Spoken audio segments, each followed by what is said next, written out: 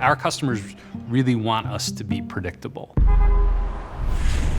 That's the magic solution for us.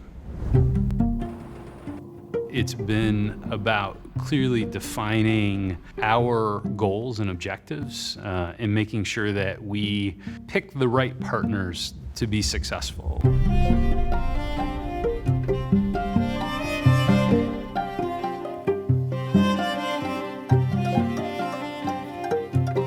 We make about 3,000 products, and the ability to say, this is the supply of product X versus this is, the demand of product X is something that is new and unique.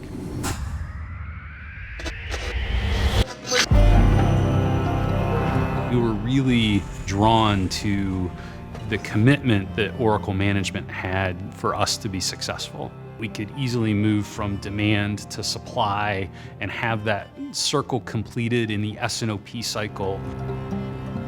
One of the things about integrated business planning for me that I can really tell if it's working well or if it's not is how often we're able to go through a challenge and not spend too much time focusing on why we made decisions.